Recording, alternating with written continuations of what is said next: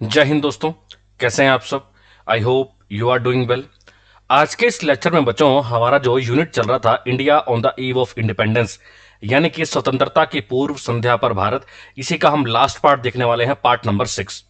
इससे पहले वाला जो पार्ट था बच्चों, पार्ट 5, वहां पे आपको याद होगा हमने पढ़ा था सोशल इकोनॉमिक प्लानिंग के बारे में, और साथ में हमने देखा था लैंग्वेज इशू कि क्या क्या लैंग्वेज हुई, क्या क्या लैंग्वेज से रिलेटेड जो इश्यूज हुए थे, और कैसे कैसे जो है हमारी हिंदी और इंग्लिश जो है वो ऑफिशियल लैंग्वेज बनी थी। राइट बच्चों, तो उन सब के बारे में हमने प्रीवियस लेक्चर के अंदर पढ़ लिया था।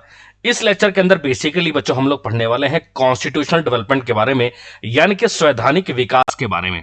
ठीक है, भारत के अंदर संवैधानिक विकास क्या क्या हुए, ठीक है, संविधान से रिलेटेड, कॉन्स्टिट्यूशन से रिलेटेड क्या क्या डेवलपमेंट हुई, उन सब के बारे में हम लोग इस लेक्चर के अंदर पढ़ेंगे। आपको बता दूं, इस लेक्चर की जो पीडीएफ है वो आपको हमारे Telegram channel the bright classroom पर मिल जाएगी। आप हमें इंस्टाग्राम, व्हाट्सएप और फेसबुक पर भी फॉलो कर सकते हैं बच्चों, और सबका जो लिंक है वो आपको डिस्क्रिप्शन में मिल जाएगा। ठीक है बच्चों, तो चलिए आइए आज का जो हमारा टॉपिक है उसे शुरू करते हैं।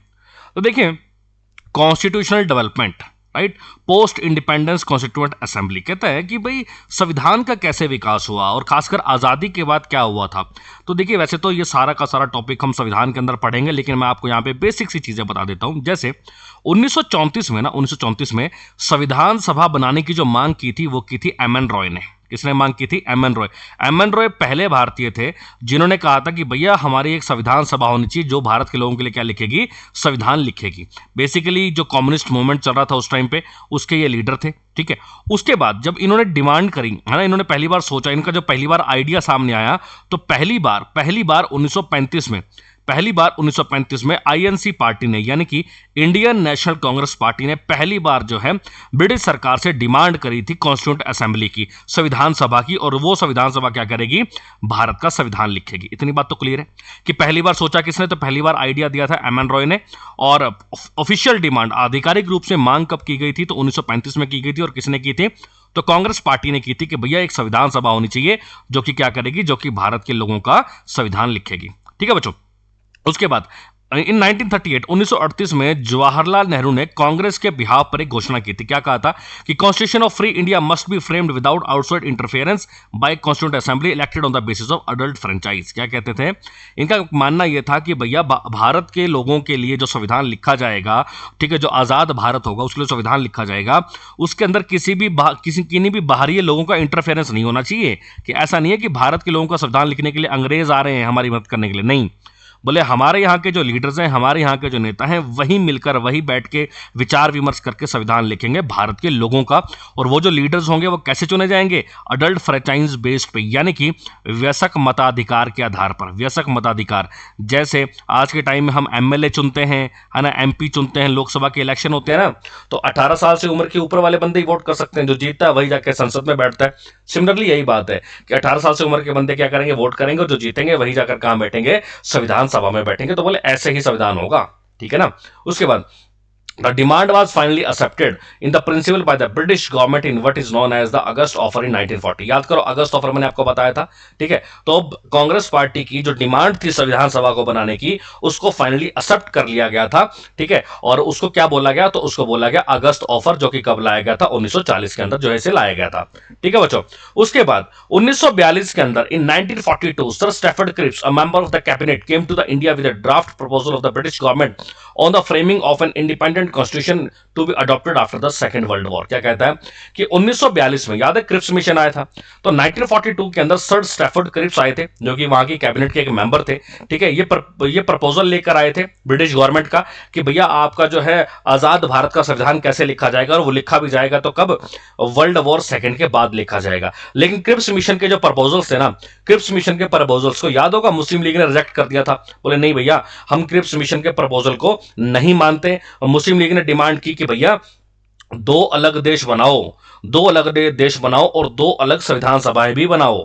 ठीक है ना, हम भारत के साथ नहीं रहेंगे, हमारा अलग से देश बनाओ जिसका नाम क्या होगा? पाकिस्तान। और पाकिस्तान की अलग से एक संविधान सभा होगी, और पाकिस्तान एक अलग से देश बनेगा। यह डिमांड करी थी मुस्लिम लीग ने, राइट। और इसीलिए फाइनली कौन आया था? फाइनली आया था बच्चों कैबिनेट मिशन भारत के अंदर। याद करो, 1946 में कैबिनेट मिशन आया था 23 मार्च को, और कैबिनेट मिशन के अंदर 3 मेंबर थे, याद है, पैथिक लॉरेंस, एवी अलेक्जेंडर और स्टैफर्ड क्रिप्स। है ना। ये 3 बंदे आए थे भारत के अंदर 1946 के अंदर, ठीक है। और while it rejected the idea of 2 constituent assembly, cabinet mission ने क्या किया था, कैबिनेट मिशन ने 2 संविधान सभा बनाने की जो डिमांड थी उसको रिजेक्ट कर दिया। बोले ये आइडिया ठीक नहीं है। उल्टा इन्होंने ये कहा कि भैया हम संविधान सभा एक ही बनाएंगे, ठीक है, उसके अंदर मुस्लिम लीग के प्रतिनिधि भी होंगे, ठीक है, और उनसे विचार विमर्श कर कर ही हम एक संविधान लिखेंगे इंडिपेंडेंट भारत के लिए, और जो कि पाकिस्तान के लिए भी एप्लीकेबल होगा। ठीक है बच्चों, इतनी बात तो क्लियर है। और फाइनली हुआ क्या, जब संविधान बनकर तैयार हुआ, कब बनकर तैयार हुआ था, 26 नवंबर 1949 को, 26 नवंबर 1949 को बनकर तैयार हुआ था। तब इसके अंदर क्या था, एक तो प्रस्तावना थी, यानी कि एक प्रियम्बल था, ठीक है, और एक इसके अंदर थे 395 आर्टिकल, 395 अनुच्छेद और 8 अनुसूचियां। क्या थी, 8 अनुसूचियां। तो संविधान के अंदर मूल रूप से क्या था, एक प्रस्तावना थी, 395 अनुच्छेद थे और 8 अनुसूचियां थी। ठीक है बच्चों, उसके बाद प्रस्तावना, जिसे हम बोलते हैं ऑब्जेक्टिव रेजोल्यूशन, ठीक है, आज के टाइम में हम बोलते हैं प्रियम्बल, और उस टाइम पे कहा गया था ऑब्जेक्टिव रेजोल्यूशन, हिंदी में से बोलते हैं बच्चों उद्देश्य प्रस्ताव। क्या बोलते हैं, उद्देश्य प्रस्ताव। क्वेश्चन ऐसे पूछेगा कि उद्देश्य प्रस्ताव किसने लिखा था, तो जवाहरलाल नेहरू ने लिखा था। कब पेश किया था संविधान सभा में, तो यह पेश किया था बच्चों 13 दिसंबर 1946, 13 दिसंबर 1946 को जो है इसे संविधान सभा में पेश किया गया था। क्लियर है इतनी बात तो। उसके बाद नेक्स्ट इंपॉर्टेंट चीज क्या थी, it was a momentous resolution that outlines the defines ideals of the constitution of independent India and provided the framework within the which work of constitution making was to proceed. क्या कहते हैं, देखिए कोई भी आप NCERT की book उठाएंगे ना, तो उसको स्टार्टिंग में आपको एक पेज मिलेगा, उसके ऊपर जो बड़ा सा लिखा होगा प्रस्तावना, और वहां पे लिखा होगा हम भारत के लोग एक्सेट्रा एक्सेट्रा, ऐसे करते करते पूरा एक पैरा लिखा होगा। ठीक है, वही है बच्चों प्रस्तावना। सिंपल सी भाषा में कहें तो प्रस्तावना का मतलब हो गया कि हमारे पूरे देश का जो संविधान है उसकी एक समरी, उसका एक इंट्रोडक्शन, ठीक है, कि वो है क्या बेसिकली हमारे देश का संविधान। तो संविधान का जो इंट्रोडक्शन है उसी को क्या बोला गया है, उसी को बोला गया है प्रस्तावना। राइट, ये प्रस्तावना ही गारंटी देता है कि भाई भारत के जो नागरिक हैं उनको प्रॉपर न्याय मिलेगा, देश के अंदर समानता होगी, आजादी होगी, है ना। और बेसिकली जो अल्पसंख्यक लोग हैं, जो पिछड़े हुए लोग हैं, जो जनजातीय लोग हैं, जो डिप्रेस्ड या ओबीसी क्लास के जो लोग हैं, उनको पूरा न्याय मिलेगा, पूरी जस्टिस मिलेगी, पूरा इक्वालिटी होगा, पूरी स्वतंत्रता मिलेगी। ये सारा का सारा कौन सुनिश्चित करता है, ये सारा का सारा बच्चों प्रियम्बल सुनिश्चित करता है, यानी कि प्रस्तावना सुनिश्चित करता है। ठीक है बच्चों, उसके बाद नेक्स्ट आता है बच्चों salient features of the constitution, कि भाई हमारे देश का जो संविधान है उसकी क्या क्या अहमियत है ना, क्या क्या उसकी खासियत है, क्या क्या उसकी है ना अच्छी बातें क्या क्या। सबसे पहला लेंथिएस्ट रिटन कॉन्स्टिट्यूशन, कि भैया भारत का जो संविधान है वो विश्व का सबसे लंबा लिखा हुआ संविधान है, सबसे बड़ा संविधान है हमारे देश का। राइट, दूसरा ड्रॉन फ्रॉम वेरियस रिसोर्सेज, यानी कि हमने भारत का जो संविधान है ना वो अलग अलग देशों से लिया है। कहीं से हमने मौलिक अधिकार लिए, है ना, कहीं से मौलिक कर्तव्य लिए, कहीं से हमने राष्ट्रपति का चुनाव लिया है। ठीक है, तो यानी कि हमारे देश का जो संविधान है हमने अलग अलग देशों से लिया है, अलग अलग देशों का संविधान पढ़ा, जो चीज हमें अच्छी लगी उसे हमने अपने संविधान के अंदर ऐड कर लिया। Right, blend of rigidity and flexibility, कि हमारे देश का जो संविधान है वो कठोर भी है और फ्लेक्सिबल भी है ना। कठोर इन द सेंस कि भाई बहुत से सख्त भी है, और फ्लेक्सिबल मतलब कि हम भारत के संविधान को बदल भी सकते हैं अपने हिसाब से, यानी कि संसद के अंदर उस संविधान को थोड़ा बहुत बदला भी जा सकता है। Next, federal system with a unitary बायस, क्या कहता है कि एक संघीय कार्यपालिका है देश के अंदर, ठीक है, जिसी के अंदर जो है स्टेट की जो राज्य की जो कार्यपालिका है वो क्या करते हैं, कार्यरत होती हैं। Next, parliamentary form of government, यानी कि संसदीय फॉर्म की सरकार होगी भारत के अंदर।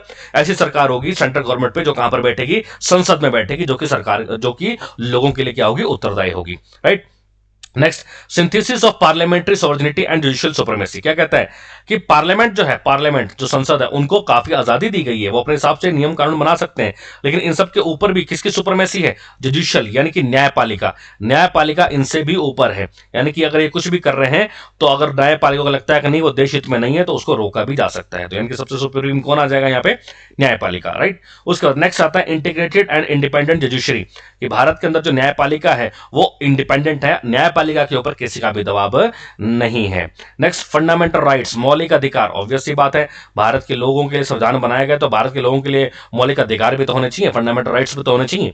तो फंडामेंटल राइट्स बेसिकली, तो फंडामेंटल राइट्स की बात करें तो ये भी हमने जो है कहां से लिए, यूएसए से लिए हैं। ठीक है, next, directive principles of state policy, इसको हिंदी में बोलते हैं बच्चों राज्य के नीति निदेशक तत्व, राज्य के नीति निदेशक तत्व। ठीक है बच्चों, ये संविधान के भाग 4 में आते हैं, आर्टिकल 36 से 51 के बीच में।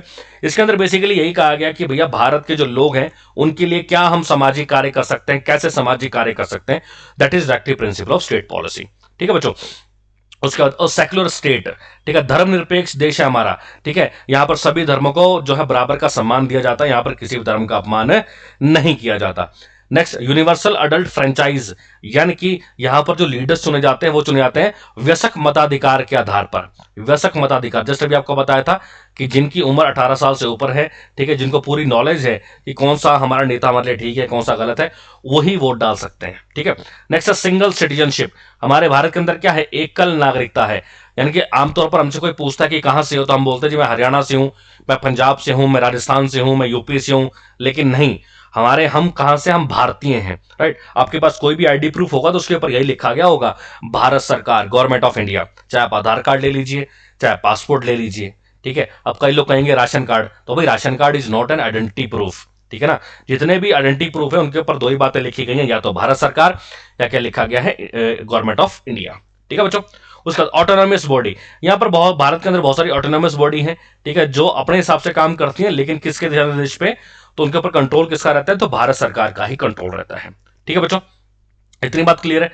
अब मोस्ट इंपॉर्टेंट आता है कुछ एक फैक्चुअल क्वेश्चन, बहुत ही इंपॉर्टेंट है एग्जाम पर्सपेक्टिव से। Important facts related to constituent assembly, संविधान सभा से रिलेटेड कुछ एक इंपॉर्टेंट तथ्य हैं, जैसे elephant was adopted as the symbol of the constituent assembly, यानी कि भारत की जो संविधान सभा थी, क्वेश्चन पूछ लेगा कि संविधान सभा की जो सील थी, यानी कि जो मोहर थी, ठीक है, उसका चिन्ह क्या था, तो उसका चिन्ह था बच्चों हाथी। ये ध्यान रखना, संविधान सभा की जो स्टैंप थी, जो सिंबल था, वो क्या था, हाथी, राइट। उसके बाद संविधान सभा का संवैधानिक सलाहकार, लीगल एडवाइजर, कॉन्स्टिट्यूशनल एडवाइजर कौन था, तो वो थे सर बी एन राव। क्या नाम थे, sir B N Rao. B N Rao का फुल फॉर्म है सर बेनेगल नरसिम्हा राव। क्या नाम है, बेनेगल नरसिम्हा राव। आपको बता दूं ये पहले भारतीय थे जो आईसीजे, यानी कि इंटरनेशनल कोर्ट ऑफ जस्टिस, अंतरराष्ट्रीय न्यायालय के जो है जज बने थे भारत की ओर से, ठीक है। और ये जम्मू कश्मीर के पहले जो है मुख्यमंत्री भी थे, इनका भी ध्यान रखिएगा, ठीक है बच्चों। उसके बाद नेक्स्ट क्या आता है, भैया संविधान सभा के सेक्रेटरी, यानी कि संविधान सभा के सचिव कौन थे, तो उनका नाम था एच वी आर अयंगर। क्या नाम था, एच वी आर अयंगर, ठीक है। नेक्स्ट आता है कि संविधान सभा के चीफ ड्राफ्ट्समैन कौन थे, चीफ ड्राफ्टमैन कौन थे, तो वो थे एस एन मुखर्जी। कौन थे, एस एन मुखर्जी, ठीक। उसके बाद संविधान बेसिकली लिखा किसने था, मतलब जो कैलीग्राफर कौन थे, कैलीग्राफर का मतलब होता है बच्चों जिनकी राइटिंग बहुत अच्छी होती है ना, जो बड़े स्टाइल से लिखते हैं, इस तरह से ना, बहुत ही स्टाइल से लिखे। फॉर एग्जांपल यहाँ पे मुझे लिखना इंडिया, तो कुछ इस तरफ से लिखना इंडिया, तो दैट इज कैलीग्राफी। तो कैलीग्राफर कौन थे, तो उनका नाम था प्रेम बिहारी नारायण रायजादा। प्रेम बिहारी नारायण रायजादा, ठीक है। तो इनकी राइटिंग बहुत अच्छी थी, तो इसलिए इन्होंने लिखा था पूरा का पूरा अपने हाथों से संविधान, क्लियर है, इटैलिक स्टाइल के अंदर इन्होंने लिखा था। उसके बाद लिखा प्रेम बिहारी नारायण रायजादा ने था, लेकिन उसको सजाए किसने था, संविधान को डेकोरेट किसने किया था, तो शांति निकेतन, शांति निकेतन याद है, शांति निकेतन रविंद्रनाथ टैगोर, समझ गए होंगे। तो शांति निकेतन के कुछ एक आर्टिस्ट थे, उन्होंने संविधान को सजाया था, डेकोरेट किया था। उनका नाम क्या था, नंदलाल बोस एंड बियोहर राम मनोहर सिन्हा, ठीक है, नाम याद रखिएगा, नंदलाल बोस एंड बियोहर राम मनोहर सिन्हा, ठीक है बच्चों। उसके बाद नेक्स्ट इंपॉर्टेंट पॉइंट क्या कहता है, कि भैया जो बियोहर राम मनोहर सिन्हा और ने क्या किया था, प्रेम बिहारी नारायण रायजादा द्वारा लिखित सुलेखित मूल प्रस्तावना को अलग सुंदर और सुभूषित बनाया था, ठीक है। वही बात कि इनको जो है पूरा क्या किया था, इसको डिजाइन किया था। अच्छा, जो हिंदी हिंदी वर्जन था, the calligraphy of the Hindi version of the original construction was done by Vasant Krishna Vaidya, यानी कि इंग्लिश के अंदर किसने लिखा था, इंग्लिश में लिखा था प्रेम बिहारी नारायण रायजादा। इंग्लिश में संविधान किसने लिखा था, प्रेम बिहारी नारायण रायजादा।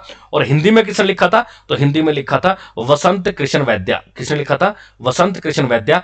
और इसको किसने डिजाइन किया था, हिंदी वाले संविधान को, तो वो किया था नंदलाल बोस जी ने। किसने किया था, नंदलाल बोस जी ने। क्लियर है बच्चों, यहां तक सारे के सारे पॉइंट क्लियर हो गए होंगे आई गेस, और यहां तक कोई भी डाउट नहीं रहना चाहिए, ठीक है। बस अब थोड़े से पॉइंट रह गए बच्चों, वो है कि impact and legacy of British rule, कि जो ब्रिटिश सरकार का जो राज था उसका भारत के ऊपर क्या प्रभाव पड़ा है। तो बेसिकली 4 प्रभाव पड़ेंगे हम यहां पे। सबसे पहला है बच्चों पॉलिटिकल इंपैक्ट, कि राजनीतिक क्या प्रभाव पड़े। तो राजनीतिक प्रभाव पड़ा कि भारत के अंदर क्या आया, political unification and spirit of nationalism, कि भारत के अंदर राजनीतिक चेतना जागी, सारे लीडर्स एकत्रित हुए और भारत के अंदर राष्ट्रवाद की भावना जागी। और आता है बच्चों external defence and internal security, कि अब भारत के लीडर्स को यह पता लग गया कि भैया हमें अपने भारत देश को बाहर से कैसे बचाना है और आंतरिक मुद्दों पर कैसे सॉर्ट आउट करना है चीजों को। Next, emergence of parliamentary democracy, कि भारत के अंदर संसदीय लोकतंत्र आया, है ना, कि भैया कुछ भी चीज है तो वो ऐसा नहीं है कि भाई तानाशाही चलेगी, नहीं, संसद की चलेगी। और संसद के अंदर जो लीडर हैं वो कौन चुन के भेज रहा है, वो भारत के लोग ही चुनकर भेज रहे हैं। ठीक। नेक्स्ट था बच्चों, नेक्स्ट इंपैक्ट क्या है, लॉ एंड एडमिनिस्ट्रेशन, कानून और प्रशासन। तो रूल ऑफ लॉ, कि भारत के अंदर अब जो है कानून का राज चलेगा, कि भारत के अंदर जो कानून लिखा गया उसी के हिसाब से आपको रहना पड़ेगा, चाहे आप सलमान खान है, चाहे अमिताभ बच्चन है, चाहे आप रोड पे बैठे भिखारी हैं, ऐसा नहीं है कि आप अपने हिसाब से चलेंगे, नहीं, कानून के हिसाब से आपको भारत के अंदर रहना पड़ेगा। Next, organisation of civil services on modern lines, ठीक है, और जो सिविल सर्विसेज हैं, जो सिविल परीक्षाएं हैं, ठीक है, उनको आधुनिक तर्ज पे बनाया गया, क्योंकि याद है आईसीएस तो शुरू ब्रिटिशर ने किया था ना, उसी का फायदा मिला किसको, उसी का फायदा मिला भारत को यहाँ पे। ठीक है बच्चों। नेक्स्ट आता है एजुकेशन एंड इंडियन रेनेसेंस, कि शिक्षा और भारत के अंदर पुनर्जागरण कैसे हुआ। तो ऑब्वियसली बात है, spirit of scientific inquiry and rationalism, कि भारत के अंदर अब साइंटिफिक पढ़ाई की जागरूकता आने लगी लोगों के अंदर, है ना। Oriental studies and Indology open pages for history, oriental studies और इंडोलॉजी तो थे वो, उनके ऊपर ध्यान गया भारत के लोगों का। Exposure to anglicist mediums and worldly affairs, अब लोग जो है इंग्लिश मीडियम के अंदर जाने लग गए थे, अंग्रेजी पढ़ने लग गए थे, और वर्ल्ड, देश और दुनिया के अंदर क्या चल रहा था वहां पर लोगों का रुझान होने लग गया था। लास्ट जो इंपैक्ट आता है वो आता है social cultural impact. Social cultural impact क्या था, influence on art, architecture, literature, poetry, drama and even philosophy, कि अब जो है लोगों का प्रभाव, लोग जो प्रभावित हो रहे थे कला से, है ना, वास्तुकला से, साहित्य से, पोइट्री से, ठीक है, जो नाटक वगैरह करते हैं उन सबसे प्रभावित हो रहे थे, है ना। Driven by refining of social norms and tradition, wiping out the absolute customs. क्या कहता है कि भाई इनके जो पुराने रीति रिवाज चल रहे थे, जो धीरे धीरे गायब हो रहे थे, अभी उनको क्या कर रहे थे, रिफाइन कर रहे थे, दोबारा और लेकर आ रहे थे। ड्राइवन बाय इंडियन इंटेलिजेंसिया, यानी कि भारत के लोग अब क्या कर रहे थे, जो उनकी खोई हुई सभ्यता थी उसको वो क्या कर रहे थे, वापस पुनर्जागृत कर रहे थे। ठीक है बच्चों, तो ये था हमारा ये पूरा का पूरा यूनिट। इसके बाद बस एक और यूनिट बचेगा, उसके बाद आपकी पूरी की पूरी मॉडर्न हिस्ट्री जो वो क्या हो जाएगी, कंप्लीट हो जाएगी। ठीक है बच्चों, आई गेस वीडियो अच्छा लगा होगा। वीडियो अच्छा लगे तो लाइक एंड शेयर जरूर कीजिएगा, और चैनल को जो है जल्दी से सब्सक्राइब कर लीजिएगा, और जल्दी से जो है क्या कहते हैं इसको अपने दोस्तों के बीच में शेयर कीजिएगा। ठीक है बच्चों, चलिए मिलते हैं नेक्स्ट लेक्चर के अंदर। Thank you so much. जय हिंद, जय भारत।